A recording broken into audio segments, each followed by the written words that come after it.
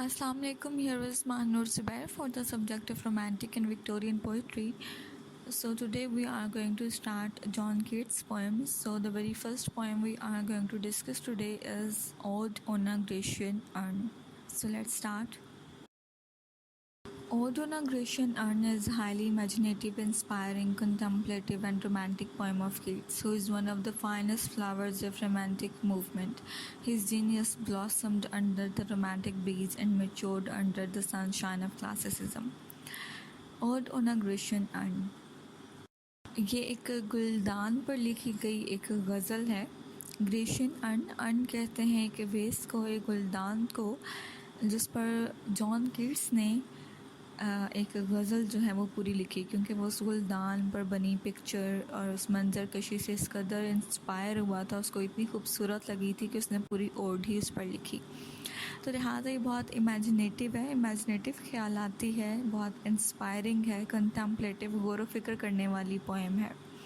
चूँकि वही बात कि जॉन कीट्स तो है वो रोमांटिक मूवमेंट का एक ख़ूबसूरत सा फूल है जो कि रोमांटिक ब्रीज में ब्लॉसम करता है और मैच्योर जो है वो क्लासिसिज्म में हुआ है। तो ये कल वाली ही बात है जो मैंने पहले भी लेक्चर में कही थी कि ऐसा समझ लें कि जॉन कीट्स की जो रूह है वो क्लासिक है और उसकी जो बॉडी है वो रोमांटिक की है।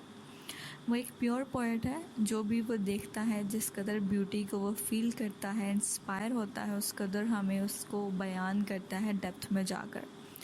This very ode, considered to be his masterpiece, is certainly a great work where beauty reaches her supreme realization through the picture of Hellenic life.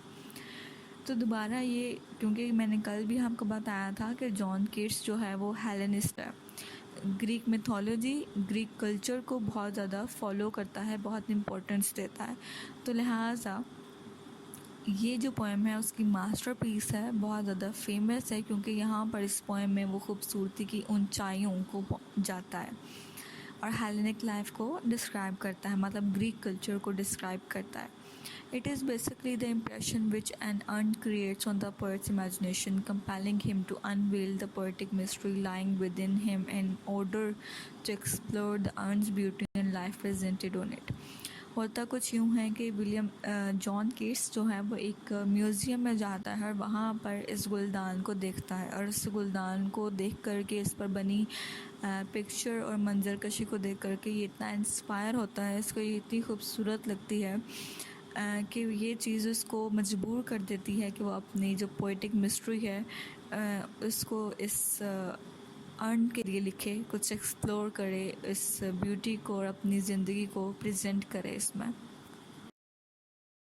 The urn, in fact, is an emblem of immortality, whereas the life depicted on its surface reminds us of the transcendentness of human life. Moreover, what matters in his kinship with the Hellenic spirit, its concreteness, its myth-making tendency, and above all with the beauty hiding behind that glamorous life, the eternal truth of creation. तो ये जो earn है, ये जो गुलदान है, in fact ये सिम्बोलाइज़ करता है इमोर्टैलिटी को, कभी ना ख़त्म होने वाली ज़िंदगी को सिम्बोलाइज़ करता है, क्योंकि उस अर्न के ऊपर जो मंजर कशी है वो कुछ इस तरह से है कि खूबसूरत सी जवान सी जो लड़कियां हैं वो चल रही हैं, रूरल लाइफ जो है वो डिपिक्ट की हुई है, और कुछ लड़के जो हैं वो एक बांसुरी पकड़े म्यूज़िक जो है वो बजाते हुए नज़र आ रहे हैं। मतलब उन लड़कियों को, अपनी महबूबाओं को थोड़ा सा छेड़ते हुए, थोड़ा सा फ्लर्टिंग करते हुए नज़र आ रहे हैं। तो इस तरह से कुछ मंजर कशी जो है इस अर्न के ऊपर की गई है। तो लिहाजा वो जो मंजर कशी है वो अब सारी ज़िंदगी के लिए वैसे ही रहेगी, वो लड़कियां जवान ही रहेंगी, वो लड़के वैसे ही गुनगुनाते और फ्लर्टिंग करते हुए ही नज़र आएंगे हमेशा उसमें। तो लिहाजा ये अर्न जो है वो सिम्बोलाइज़ करता है इमोर्टैलिटी को, और साथ ही साथ हमें रिमाइंड कराता है कि इंसान की ज़िंदगी कैसी है। और ख़ास करके इसमें हेलेनिक स्पिरिट, ग्रीक कल्चर को जो वजाहत उसने की है वो भी इस ब्यूटी को जो है वो शो करती है, हमारी ज़िंदगी को शो करती है। The urn is a symbol of some sublime reality connected with peculiar aspects of Keats' experience, giving away of sensuousness, but also making him realize that there was some larger reality lying behind all his transient glamorous flashes. In short, the ode is fantastic not only because it captures and exposes his vision of Greek life, art, and culture, but also because it has many hailed and interpreted in so many different and unique ways that it turns into a real literary monument. इसके अंदर Keats का अपना जो experience है वो तो show होता ही है कि कीट्स ने किस तरह से अपनी सेंसुअसनेस का इस्तेमाल किया, किस कदर वो एहसास की बढ़तरी पर चला जाता है, किस कदर खूबसूरती को देखता है और सारे जो पीछे जो रियलिटी है वो एक तरफ होकर रह जाती है। और इस ओड की जो खूबसूरती है, जो फैंटेसी है और ग्रीक लाइफ को जिस तरह से उसने डिपिक्ट किया है, आर्ट और कल्चर को जिस तरह से उसने एक्सप्लेन किया है, इंटरप्रेट किया है, वो बहुत खूबसूरत है और एक जीता जागता लिटरेरी मोनूमेंट है, एक नमूना है। The ode opens with an invocation to the urn itself, the work of art which proves at once the inspiration, the theme, and imparts the very structure of the poem. The urn, made by man but adopted by the natural forces of time and silence, has preserved through centuries an inviolate innocence and stillness. Paradoxically, this quality of perfect silence makes the urn all the more eloquent as a recorder and narrator of those legends of a pastoral golden age which are illustrated on its surface. तो लिहाजा ये जो गज़ल है ये open होती है गुलदान की खूबसूरती पर ही, गुलदान के बारे में ही शुरू होती है और क्या है कि ये उस पोइट को इंस्पायर करती है।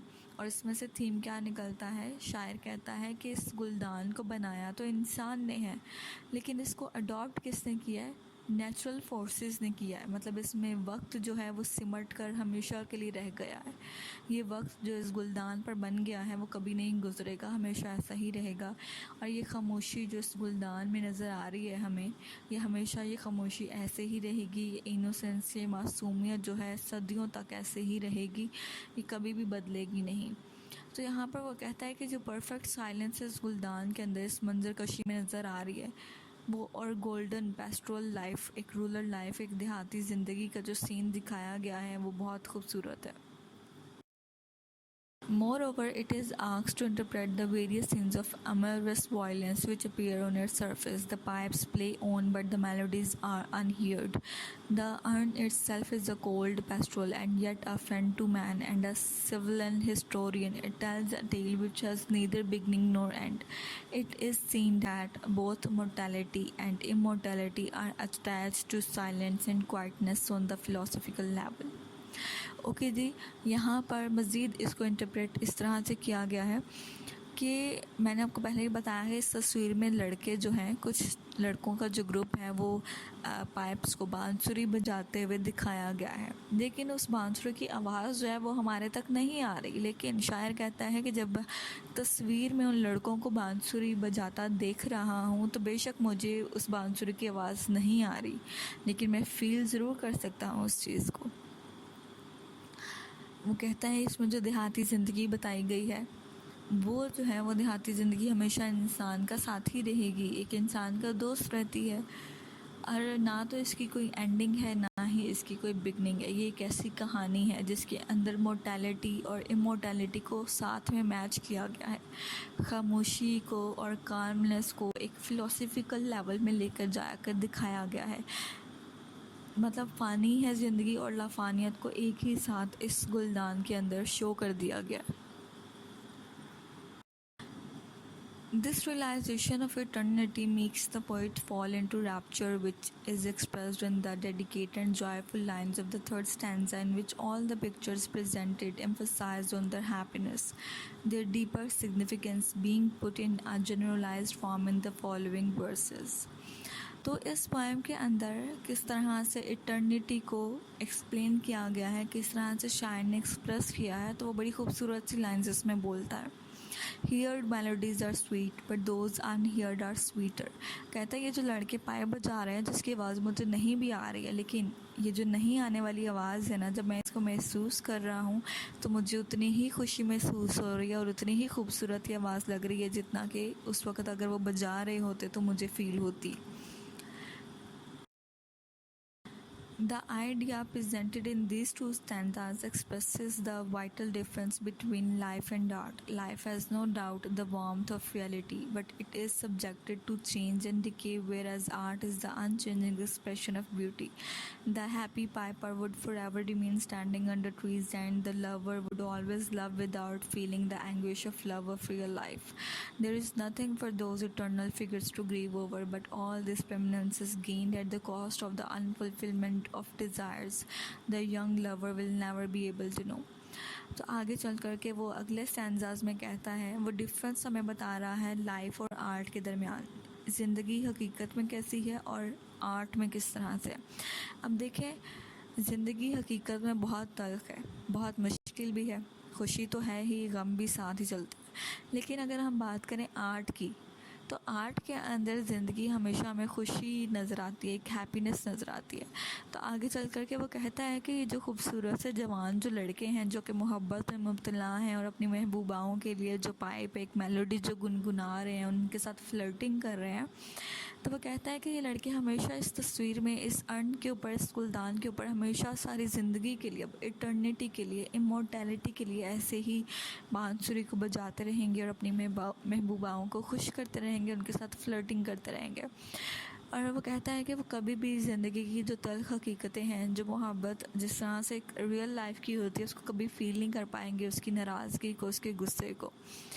और वो कहता है कि वो कभी भी गम को बर्दाश्त नहीं कर सकेंगे, मतलब देख नहीं सकेंगे, ना फील कर सकेंगे। जो कहता है कि वो जो डिज़ायर्स हैं जो कभी ना कंप्लीट होने वाली हैं, कहता है ये जो यंग लवर्स हैं वो कभी भी इस चीज़ को फील नहीं कर सकेंगे, क्योंकि वो इस गुलदान में हमेशा के लिए कायम रह गए हैं। अब हमेशा के लिए ऐसे ही जो स्माइलिंग फेस हैं ये ऐसे ही रहेंगे, लड़कियां हंसती हुई नज़र आएंगी और लड़के उनको अपनी महबूबाओं का दिल लगाते हुए, उनके लिए गाना गाते हुए नज़र आएंगे। The next scene depicted on the urn is that of a religious ceremony of some sort, which is to involve the sacrifice to a heifer. Up to this time, the picture consisted of a lover, singer, natural objects, a specialized picture, a reflection of Keats' own experience of nature, love, and poetry. But the new picture is broader, covering their whole life in a city, the ritual of religious sacrifice, the celebration of a festival, and a land emptied of its folk.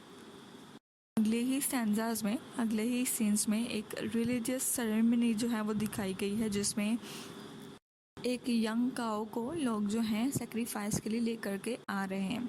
तो इस वक्त, इससे पहले जो है इस poem में lovers का जिक्र किया गया है, सिंगर्स का जिक्र किया गया है, नेचुरल ऑब्जेक्ट्स को बताया गया है, एक पिक्चर जो है वो दिखाई गई है जो कि कीट्स के जहन में रिफ्लेक्ट कर गई थी, और कीट्स ने अपने एक नेचुरल एक्सपीरियंस को, अपनी मोहब्बत को, अपनी पोइट्री को हमारे साथ शेयर किया है। लेकिन अब अगली ही पिक्चर में ये जो सीन है ये थोड़ा और वसी कर दिया गया है कीट्स की तरफ से, और अब कीट्स इसमें एक पूरी जो सिटी लाइफ है वो दिखा रहा है कि एक देहाती ज़िंदगी होती किस तरह से है।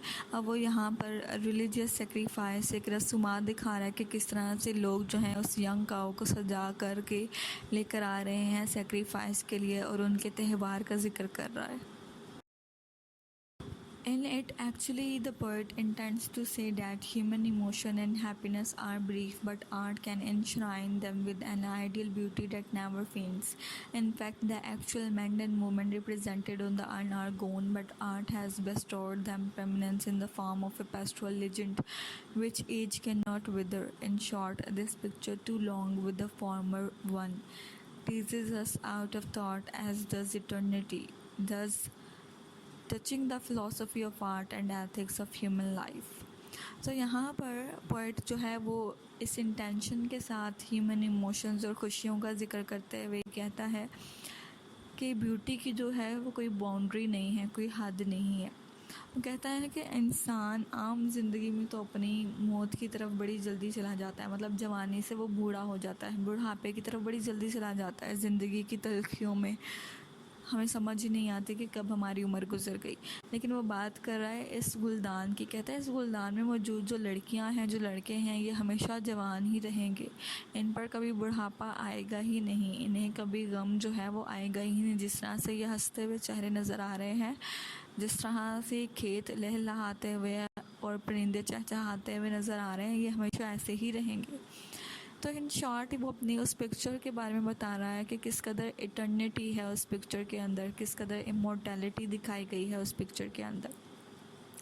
In the final stanza, the poet's contemplation at last leads him to the realization that beauty is identical with truth and that beauty is the highest ideal of mankind. In this stanza, he makes a final survey of the urn, observes that it can tease us out of thought, yet it is a cold pastoral, and says that in future, amidst life woes, the urn will remain. और आगे final stanza में poet जो है वो गौर फिक्र करते हुए आगे बढ़ता है और कहता है कि ब्यूटी जो है वो सच के साथ साथ चलती है, और यही एक इंसान की ज़िंदगी में ब्यूटी का एक मकसद हो सकता है, एक ट्रुथ को जानने का मकसद हो सकता है. कहता है कि किस तरह से ये अर्न जो है ये बना है, किस कदर इस पर खूबसूरत मंजर कशी की गई है. कहता है आगे फ्यूचर में हम सब अपनी ज़िंदगी की तलखियों में, मुश्किलों में, गमों में खो जाएंगे, लेकिन ये अर्न जो है ये हमेशा ऐसा ही रहेगा जैसा अभी नज़र आ रहा है, इसमें कोई तब्दीली नहीं होगी. ये ब्यूटी, ये ट्रुथ हमेशा वैसा ही रहेगा जैसा अभी है. In the end, we can say that the main theme of the poem is the vital difference between real life and art. The power of the beauty of art is superior to the real life, but the very fact has also made us conscious of the deficiencies in the value of art as presented by the urn. Art alone can never satisfy us completely because the urn is a cold pastoral. However, the ode represents an exquisite fusion of the imaginative, emotional, and intellectual elements. तो आखिर में हम ये कह सकते हैं कि ये पोएम जो है इसका मेजर थीम ये है कि कीट्स ने यहाँ पर रियल लाइफ और आर्ट के दरमियान डिफरेंस बताने की कोशिश की है कि असल में हमारी ज़िंदगी कैसी है, और आर्ट में अगर हम अपनी ज़िंदगी को देखें तो वो किस कदर खूबसूरत हो जाती है, क्योंकि आर्ट जो है वो बहुत सुपीरियर है रियल लाइफ से. ठीक है जी. और हमारे कॉन्शियस की बात करता है कि किस कदर आर्ट जो है वो रिप्रेजेंट की गई है इस अर्न के अंदर, इस गुलदान के अंदर. और कहता है कि आर्ट अकेले कभी भी हमें सेटिस्फाई नहीं कर सकती. आर्ट के अंदर मौजूद जो लोग हैं, जो लड़के हैं, जो लड़कियां हैं, जो परिंदे हैं, जो बागात हैं, जो देहात नज़र आ रहे हैं, जो पेस्ट्रल लाइफ का टच दिया है, वो हम सबको मिलकर सेटिस्फाई करता है. उसकी ब्यूटी, उसका जो ट्रुथ है वो हमें और ज़्यादा रिलैक्स करता है. However, the ode represents an executive fusion of the imaginative, emotional and intellectual elements. और ख़ासकर ये जो पोएम है बहुत ज़्यादा इमेजिनेटिव है, ख्यालाती है, बहुत ज़्यादा इमोशनल है. इमोशनल क्यों? क्योंकि जब कीट्स इसमें इसकी खूबसूरती की बात करता है, लड़के लड़कियों की बात करता है, ख़ासकर मोहब्बत की बात करता है, तो वो काफ़ी इमोशनल हो जाता है. और ख़ास करके इंटेलेक्चुअल एलिमेंट्स भी इसमें हैं कि किस तरह से वो eternity, morality, immortality, real life, वोज़ और मोहब्बत की, ट्रुथ की बात करता है.